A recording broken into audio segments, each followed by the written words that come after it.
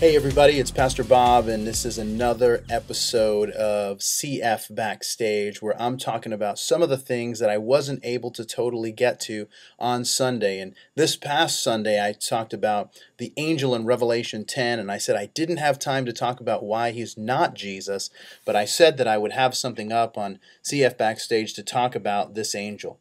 And the thing is that when you hear the description of this angel, it might lead you to think that it is Jesus, that he has all of these different characteristics of Jesus, pillar like fire, or as his feet, I should say, were like fire, and all these different characteristics coming with the clouds, rainbows, and all that kind of stuff that give us a picture of Jesus, especially with the description of Jesus in Revelation 1. But I want to note one particular word that's found in chapter 10 and verse 1. He says, "And then I saw another angel."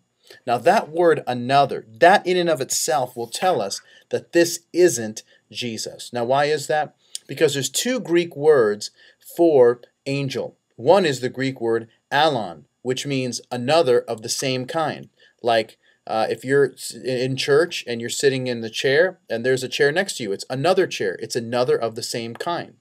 And so if this angel were totally unique, totally different than the other angels that we've seen in Revelation, like remember there were 7 angels they were given 7 trumpets, and so this is another angel just like the other ones that we've seen in the book of Revelation. But if this were a totally unique angel, like a description that would be given of Jesus, if this was a totally unique person, it would have been the word heteros. Now heteros, we would know that term if a person is heterosexual. It means that they're attracted to people of the opposite sex, and that's what it means. It is another of a different kind. So whereas alon is another of the same kind, this word heteros means another of a different kind. And so the idea is simply this, is that while this angel is amazing, he's powerful, this angel is not Jesus. One, because Jesus is not an angel. He's the Son of God. He's God in human flesh.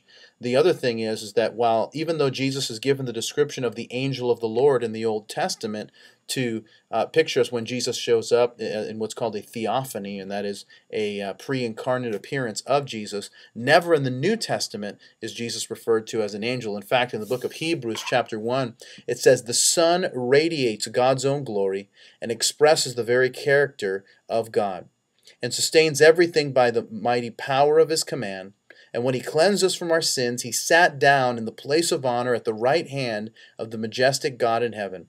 This shows that the Son is far greater than the angels, just as the name God has given him is greater than their names. So is this angel Jesus? No, he's not. He's a powerful angel. He gives us a picture of someone who's very close to God and the influence that we can have as God begins to work in our lives and transform our lives. And it encourages us that as we draw closer to God, our lives can look much more like the person of Jesus. So, having said that, I hope that that's blessed you, giving you a little bit of a deeper understanding of that passage. If you've missed any of the Revelation studies, you can go to calvarywired.com and download any of the messages in our Revelation series. It's the end of the world as we know it. You can check that out there, and you can download all the MP3s for free, or you can go as well, in addition to that, right on this page, youtube.com/cfbackstage, and you can download all of the different episodes of CF Backstage that we've done. There's several here, probably a couple dozen,